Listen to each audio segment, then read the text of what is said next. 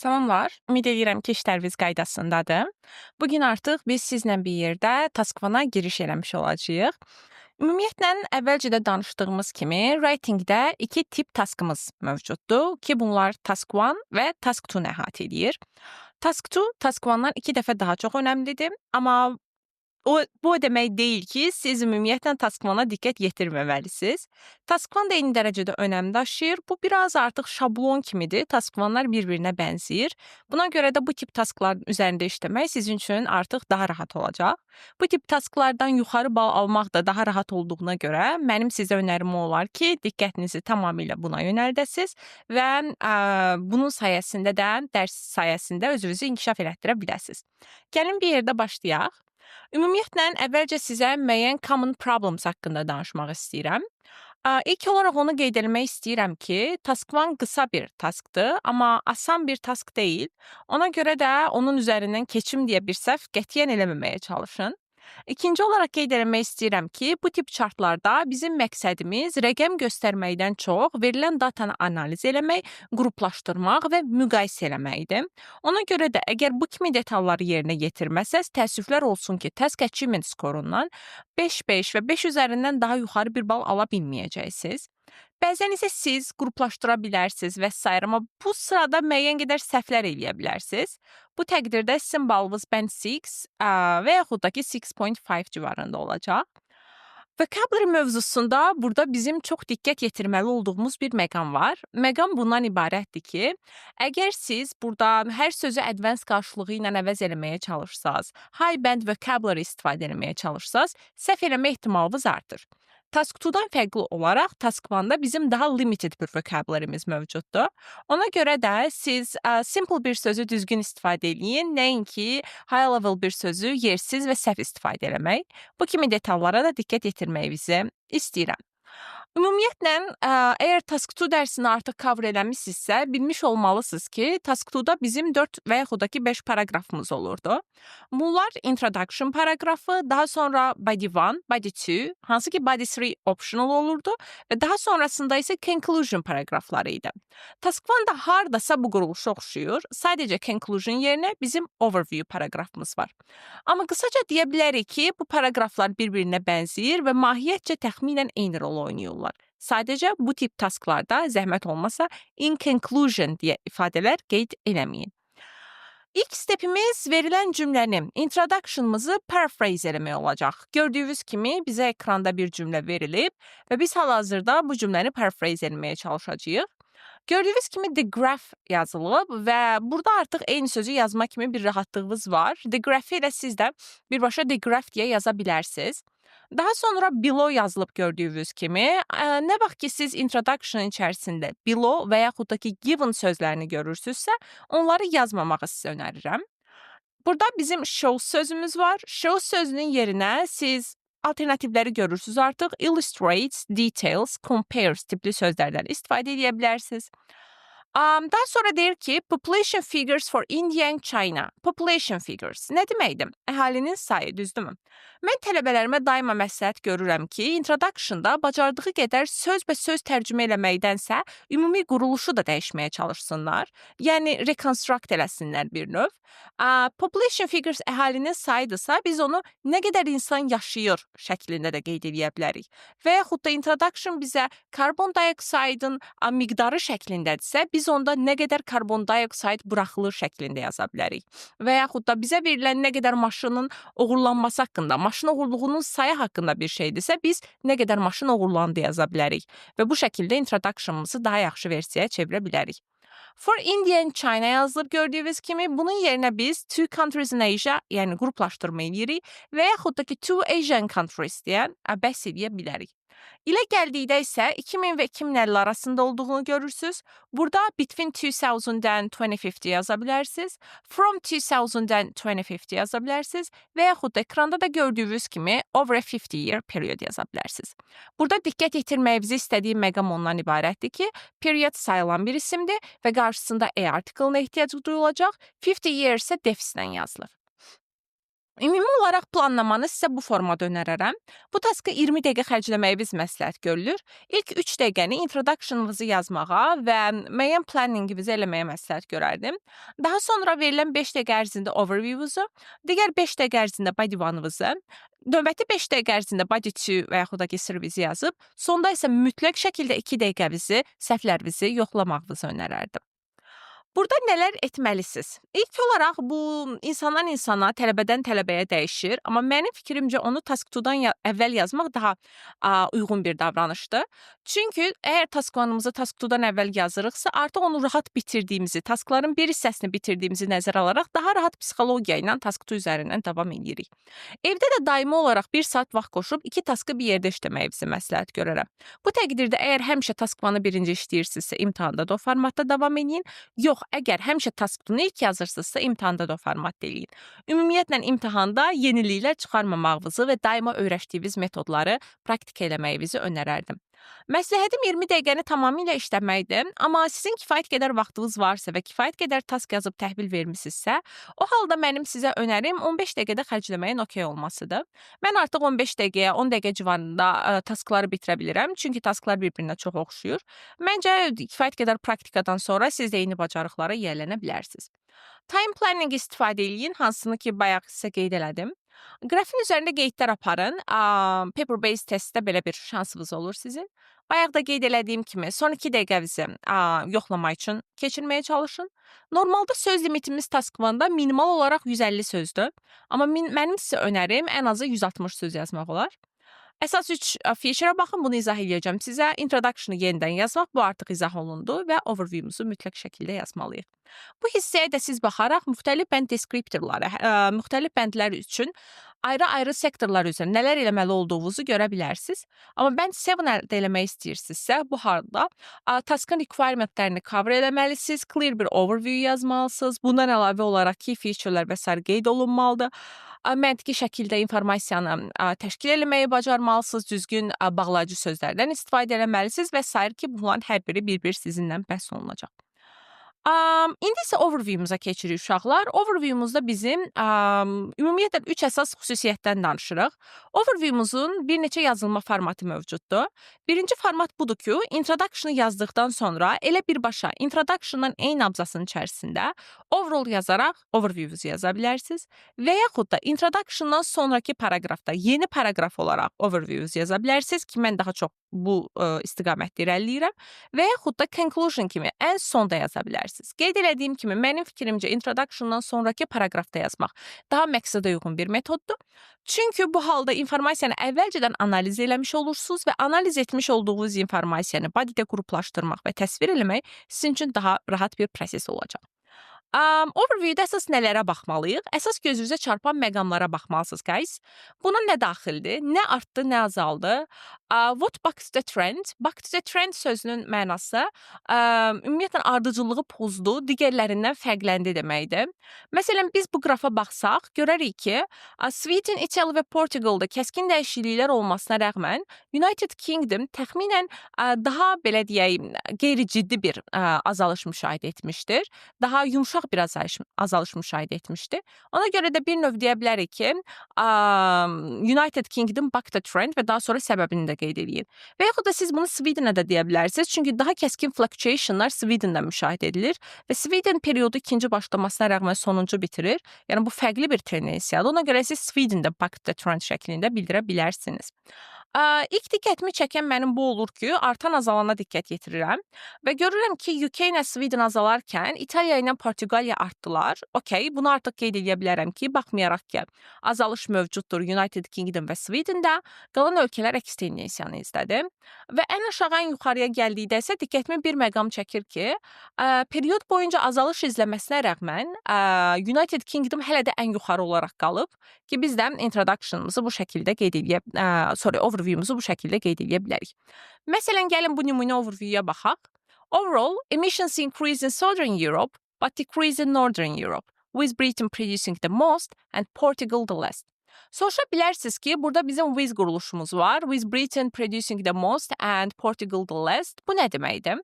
Guys, normalda cümlə belədir. and Britain produced the most and Portugal the least. Biz endin əvəzinə with-dən istifadə edirik və feilimizi ayınca əlavə edirik. With Britain producing the most and Portugal the least şəklində. Gördüyünüz kimi ölkələri qruplaşdırıb, burada nəzərdə tutduğum odur ki, İtaliya və Portuqaliyanın yerinə Southern Europe, United Kingdom və Swedenin yerinə isə Northern Europe ifadələrindən istifadə olunub. Əgər siz deyirsinizsə ki, mənim coğrafiyam bunun üçün yetərli deyil, o qədər də önəmli bir məqam deyil. Bacardığımız qədər bunu eləməyə çalışmalıyıq. Və bu qədər. Artıq overview üçün bu yetərlidir. Overview'umuz çox uzun bir paragraf deyil. 1, 2, 3 cümlə arasında dəyişir. 3 cümlə məncə hətta çoxdur. 1-2 cümlə arasında ən diqqətinizi çəkən məqamlar üzrə overview-unuzu qeyd edə bilərsiniz. Burada bəzi məqamlar var ki, xüsusilə diqqət yetirməyimiz lazımdır. Bunlardan biri odur ki, overview-umuzda biz rəqəm yazmamalıyıq. Bu nə deməkdir? İl yaza bilərsiniz. İl yazmaq mövzusunda okey. Sadəcə məsələn azaldı deyəndə filan rəqəmdən filan rəqəm azaldı və yaxud da filan dəfə azaldı, filan dəfə artdı ifadələrini artıq istifadə eləməməliyik. Bunun yerinə sadəcə azaldı və artdı şəklində bildirə bilərsiniz. Bu da bizim overview'umuz. Birazdan bir sample'ı da bir yerdə analiz eləyəcəyik və bu sizin üçün daha rahat oturmuş bir formada olacaq. İndi isə gəlin bodylərimizi yazmaq üçün əsas vocabulary'mizi nəzərdən keçirək. Guys, birincisi artış sözü, increase, go up, grow, rise tipli sözlərdən istifadə edə bilərik. Climb və sonraki sözlər nisbətən daha ciddi artışa refer eləyən sözlərdir. Climb sözünü yəqin ki bilirsiniz, dırmaşmaq mənası var və nəsə yüksək bir yerə dırmaşmaq mənasını verir. Hardasa məsələn 3-dən 1000-ə artırsa artıq burada, bəli, climb istifadə edə bilərsiniz. Amma ilk 4 sözü bilməyiniz, yəni sizin üçün əsas yetərli olacaq ki, burada decrease üçün də sinonimləri görürsünüz eyni zamanda. Decrease, go down, fall, drop və decline sözlərindən istifadə edə bilərik. Bəzi analitiki feillərimizi bilməyimiz vacibdir. Belə ki, bir şey 2 dəfə artıbsa doubled, 3 dəfə artıbsa tripled, 4 dəfə artıbsa quadrupled, 5 dəfə artıbsa increase fivefold, 6 dəfə sixfold, sevenfold və sair şəklində irəliləməyimiz mümkündür. Bəs azalmaq desəz, 2 dəfə azalmağı halved, 3 dəfə azalmaq decreased by a third, 4 dəfə azalmaq decreased by a fourth və bu şəkildə davam edir, sıra saya əlavə eləyəcəksiniz daha sonrasında.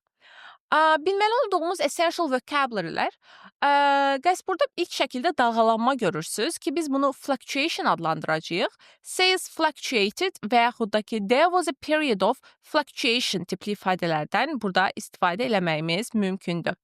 Və yaxud da, əgər görürsünüzsə ki, bir çöküş mövcuddur, görürsünüz ki, sales dipped briefly, biz burada deyə bilərik, there was a brief dip in sales or sales dipped briefly. Peakinə çatmaq varsa, sales reached a peak or there was a peak in sales ifadələri. Sabit qalma varsa, sales leveled off or plateaued ya da there was a leveling off ya da plateau deyə bilərik. Və yaxud da başlanğıcda biri digərindən yüksək idi, amma sonda digəri bunu ötdüsə, o halda gördüyünüz kimi sonuncu şəkildə sales costs-u ötüb. Ona görə də biz işlədə bilərik sales overtook costs, sales exceeded costs, sales surpassed costs və yaxud da ki sales outraced costs. Bu tipli ifadələri istifadə eləməyimiz mümkündür. Bundan əlavə olaraq bizə preposition mövzusunda da kömək ola biləcək bir hissəyə gəlin. Diqqət yetirək. Məsələn, satışlar 1 milyonda başladı demək istəyirsiniz. O halda sales started at 1 million deyəcəyik. Və yaxud da demək istəyirsiniz ki, 3 milyonda peak'ə çatdı. Sales reached the peak at 3 million. Və yaxud da 2 milyonda bitdi, ended at 2 million. 2 milyonda sabit qaldı, leveled off at 2 million. 2 milyonda yenə sabit qaldı, remained at 2 million. Ən çox edilən səhvlərdən biri də budur ki, dağ görüntüsünün olmamasına rəğmən tələbələr bəzən düşünürlər ki, bu peak leveldir. Qəs bununla bağlı sizə bir izahat vermək istəyirəm. Əgər nə vaxt ki, siz bu formatı gördünüz, o halda bu nöqtəyə peak nöqtəsi qeyd edə bilərsiniz. Amma əgər dağ görüntüsü yoxdursa, o halda deyə bilməzsiniz ki, it reached the peak at 50%. Çünki qeyd elədiyim kimi, bayaq bəhs elədiyim səbəbdən bu peak nöqtə hesab olunmur. Bəs bunun yerinə nə deyə bilərik deyə soruşsaz, qısaca deyə bilərəm ki, it ended the period at 50% şəklində qeyd edə bilərsiniz. Və yenə soruşa bilərsiniz ki, reach the peak-in yerinə nə işlədim? Hit a peak ya da peaked şəklində. Və neçədə çatdığını göstərirsinizsə at 50%, ilini göstərirsinizsə in, məsələn, 2010 şəklində vurğulamamız mümkündür. Daha sonrasında eynisi çöküşə də aiddir. Əgər siz belə bir şəkil görürsünüzsə, bu nöqtəyə çöküş nöqtəsi qeyd eləyə bilmərsiniz. Bunun da səbəbi ondan ibarətdir ki, burada bizim bir dərə görüntümüz olmalıdır. Burada da gördüyünüz kimi sales dipped. Bunun yerinə daha alternativ və daha advanced versionları öyrənmək istəyirsinizsə, sales troughed ya da sales reached the trough ifadələrindən istifadə edə bilərsiniz. Bundan əlavə, ən çox edilən səhvlərdən də biri bundan ibarətdir ki, tələbələr grow up və yaxud da ki, fall down sözlərini istifadə edirlər. Grow up-ı artmaq mənasında, fall down isə azalmaq mənasında. Guys, feillərimiz go up and go down sözləridir. Əgər grow və yaxud da ki, fall sözlərini istifadə etmək istəyirsinizsə, bu halda onları up və downsuz istifadə etməlisiniz. Çünki mənalar fərqli olur əks halda. Back to trend ifadəsini artıq sizə izah elədim. Trendi pozdu, digərlərindən fərqli tendensiya izlədi mənasını verir. Məsələn, bu şəklə baxar-baxmaz başa düşə bilərsiniz ki, burglary digərlərindən fərqlənir. Ona görə də biz deyə bilərik ki, burglary bucked the trend following a significant decrease. Bundan əlavə sizə past perfect haqqında məlumat vermək istəyirəm və eyni zamanda past simple-la fərqləri biz nə zaman past perfect istifadə edə bilərik. İlk olaraq onu qeyd edeyim ki, guys, tutaq ki, bir rəqəm artıb 10-dan 30-a 10 manat idi və ki, qiyməti indi isə 30 manatdır. Siz əgər demək istəyirsinizsə, onun qiyməti qalxdı 10 manatdan 30 manata, onda deyəcəyik ki, it increased from 10 manats to 30 manat şəklində vurğulayacağıq və yaxud da demək istəyirsinizsə 20 manat artdı, yəni 20 manat qədər artdı, yəni fərqini göstərmək istəyirsinizsə it increased by 20 manat ifadəsindən istifadə eləyəcəyik. Buradakı bayın mənası fərqi göstərmək üçün istifadə olunan bir sözdür. Burada sadə keçmiş, simple past'dən istifadə elədik, amma bəzi hallarda biz keçmiş bitmiş zamandan istifadə eləyəcəyik. Bəs nə vaxt? Tutaq ki, siz demək istəyirsiniz ki, o artdı 2010-a qədər. Necə olacaq? It increased until 2010. Bu tipli cümlələri hər dəfə bir bodydə bir dəfə olmaqla, yəni overuse eləməyin. Bunu həmişə deyirəm ki, mən bir şey deyirəmsə, bunu həddindən artıq istifadə eləməyinizi tələb eləmirəm sizdən.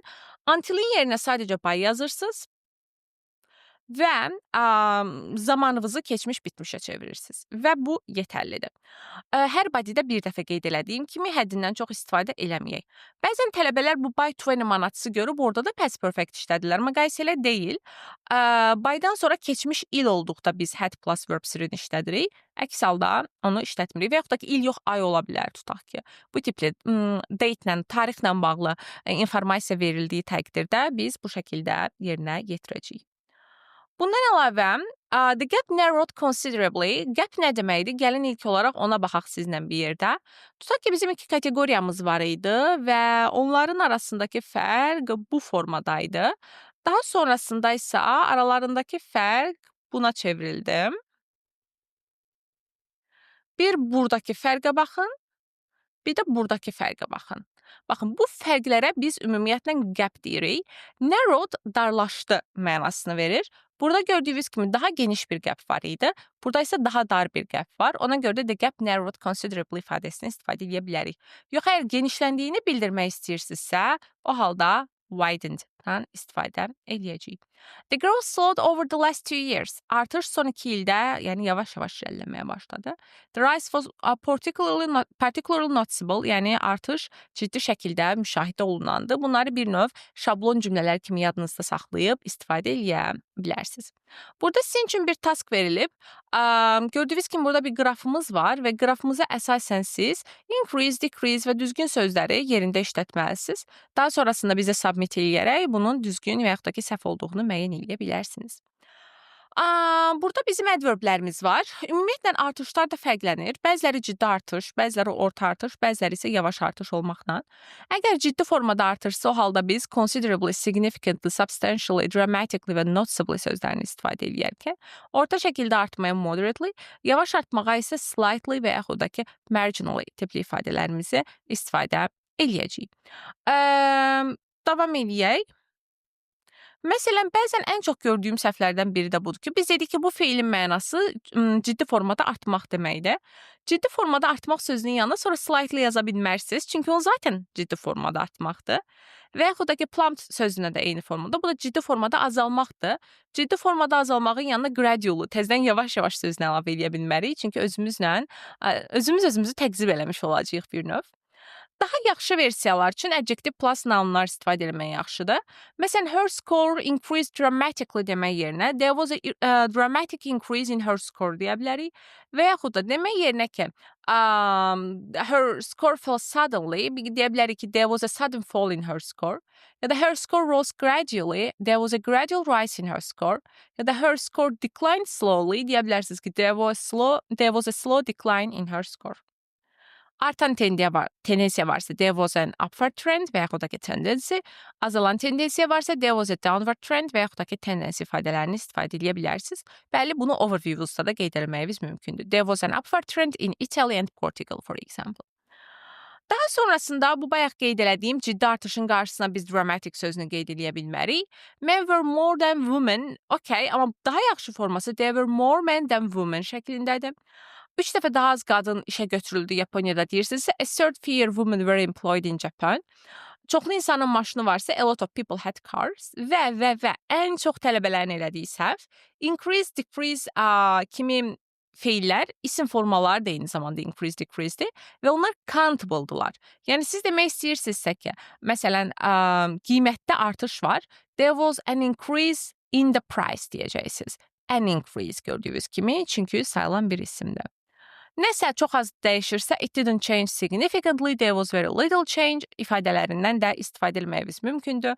Və yaxud da ki, there was a shift towards, yəni tərsinə bir növ dəyişim mövcuddur ifadələrini də istifadə edə bilərsiniz. İndi isə hal-hazırda sizlə bir yerdə bir sample analiz eləyərək daha yaxşı beynimizdə oturdacağıq ki, bu tip qraflarımızı necə yazmamız lazımdır. Xüsusən də artıq introduction və overview-nu bəhs eləmiş olsaq da, bodyləri tam formada bəhs eləməmişik. Bu hissə sayəsində onu da qüvvətləndirməyi sizlə bir yerdə bacaracağıq. İlk olarak dediği introduction, bakın cümle bize verilip, the graph below shows average carbon dioxide emissions per person in the United Kingdom, Sweden, Italy and Portugal between 1967 and 2007. The graph yazılıb, bizə the graph yazaraq davam edirik. Below və given sözlər veriləndə biz qeyd eləmirik. Shows sözünü illustrate şəklində qeyd eləmişik. Average carbon dioxide emissions, bunu belə də yaza bilərdik.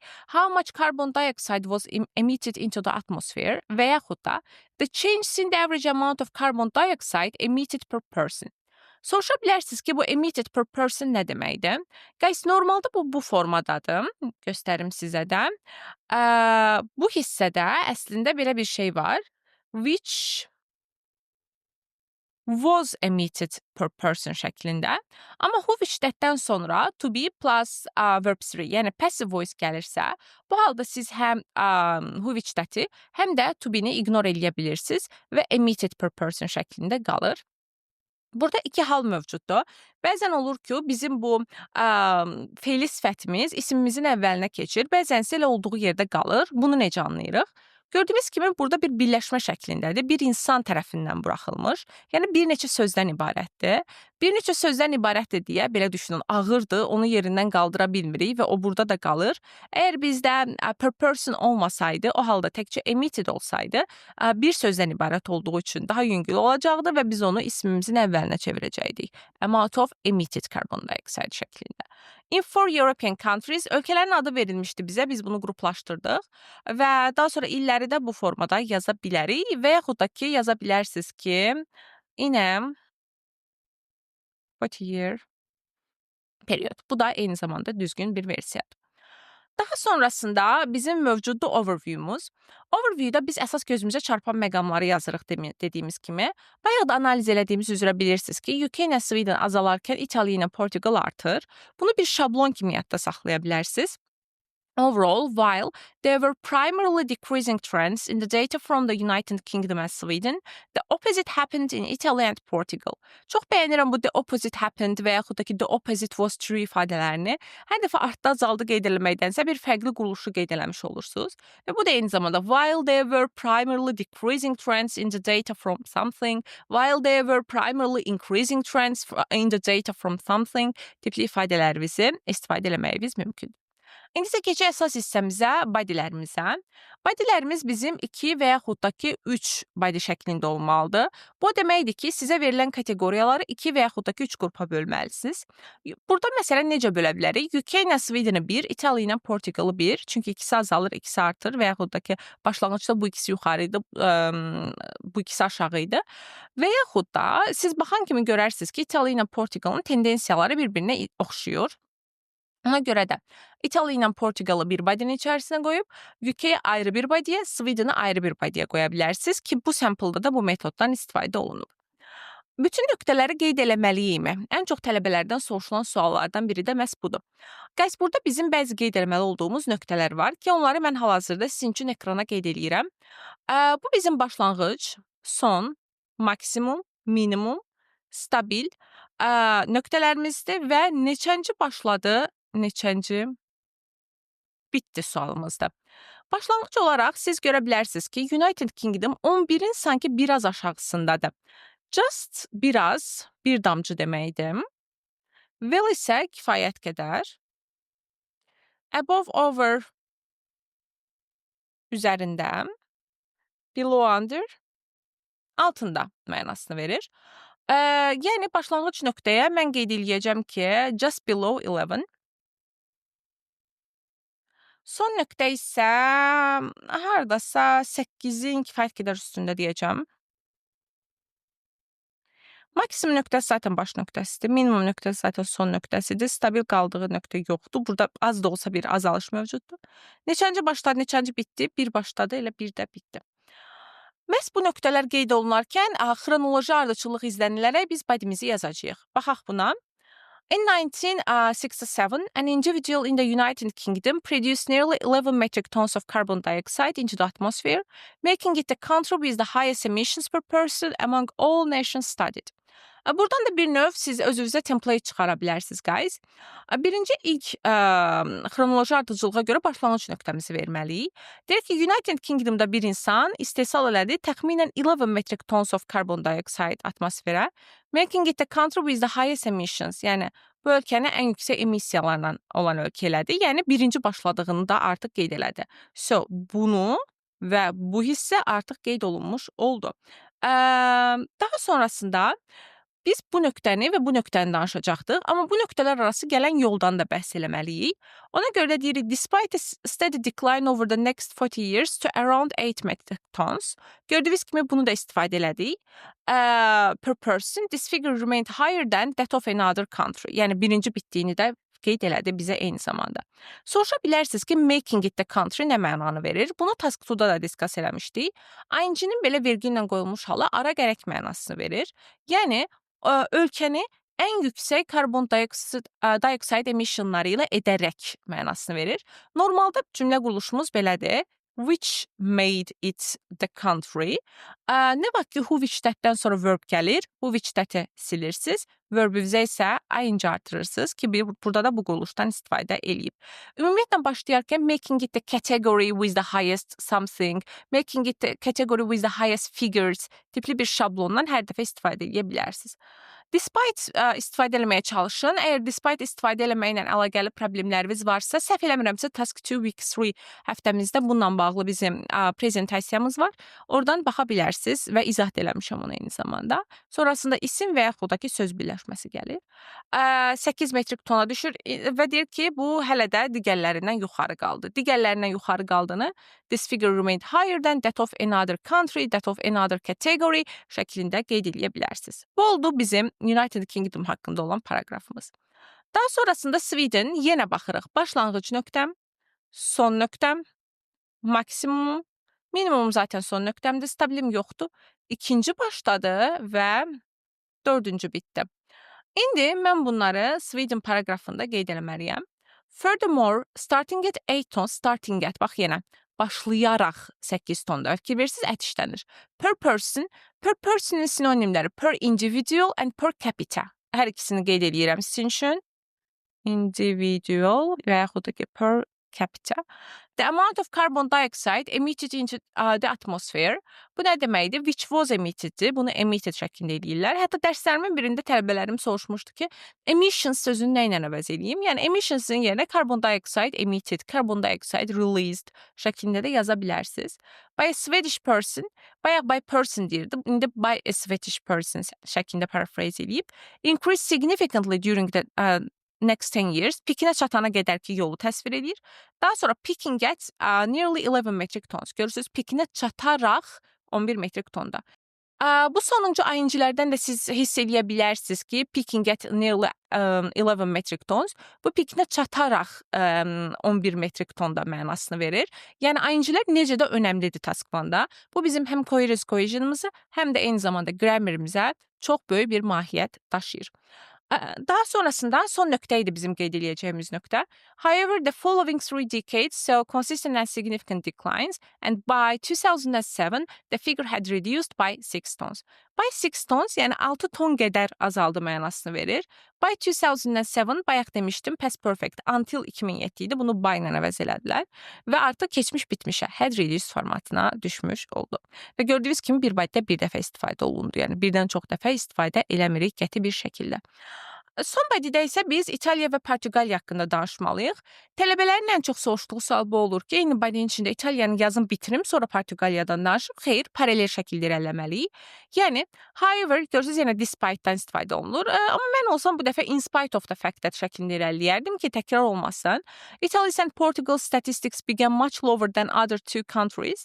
Digər iki ölkədən çox daha aşağı olaraq başladılar. Yəni, neçəncə başladığını qeyd elədi hal-hazırda. At around 1 metric ton and 4 metric tons respectively. Guys, respectively-nin mənası nə deməkdir? O deməkdir ki, birinci bəhs elədiyim kateqoriyanın adına birinci bəhs elədiyim rəqəm, ikinci bəhs elədiyim kateqoriyanın adına isə ikinci bəhs elədiyim rəqəm aiddir. Bu arada unutmamış bura bir notumu da alım. Hansını ki biz task 2-da danışmışıq.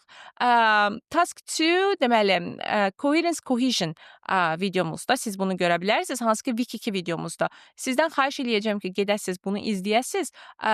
Task 1 üçün çox əhəmiyyət daşıyan mövzulardan biridir. Respectively-ni qeyd elədim, müvafiq olaraq deməkdir. Accordingly onun sinonimidir və yaxud da belə də qeyd edə bilərdik ki, the respective alternatif olaraq figures for Italy and Portugal are equal to 1 and 4 metric tons respectively. Respectively artıq qeyd eləmişəm deyə burada ehtiyac yoxdur. 1 metric ton and 4 metric tons. Gördünüz, bu şəkildə də paraphrase edə bilərsiniz. Daha sonra deyir ki, in 1967, both states saw a tremendous increase in the average amount of carbon dioxide emissions per person by 2 folds in Italy and 6 folds in Portugal. Yəni, burada da daha sonrasında ikisini gördünüz eyni cümlənin içərisində paralel apararaq. Birinin 2 dəfə, digərinin 6 dəfə artdığını dedi. Və daha sonra deyir 2007-yə qədər yenə keçmiş bitmişdən istifadə elədi.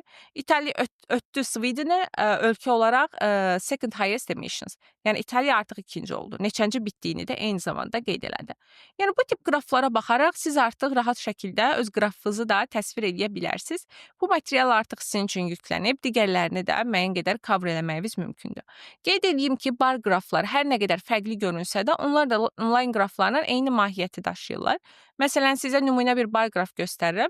Sadəcə düşünün ki, burada bunların yerinə nöqtələr mövcud idi. Yenə eyni məntiqlə bunu irəliləyə bilərsiniz. Bu comparison üzərindəndir. Avstraliyalı kişi və qadınlar idman eləyənlər haqqında bir informasiyadır gördüyünüz kimi. Introduction, overview, yəni introduction normal verilənin paraphrasing-idir deyə oxumuram artıq.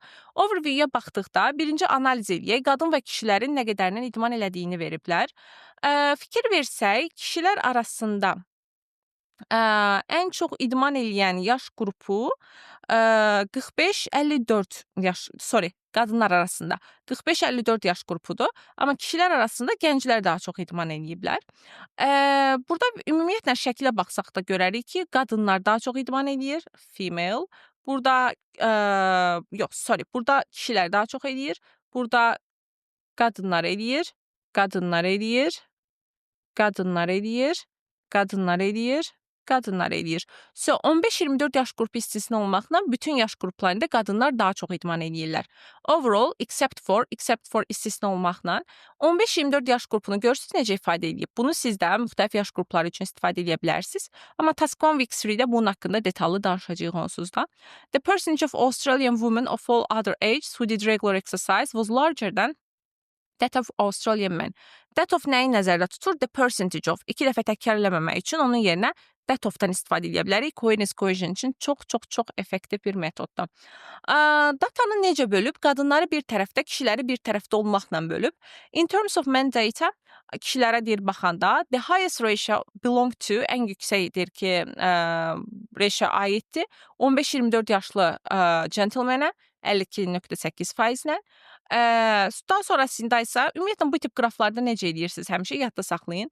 Ən yuxarını danışın. Daha sonrasında ən aşağıya baxaq. Ən aşağı baxın buradadır. Bunu danışacağıq. Və digərlərini də qruplaşdıracağam. Necə qruplaşdıracağam? Deyəcəm ki, yaş artdıqca idman etmə faizləri də artır gördüyünüz kimi.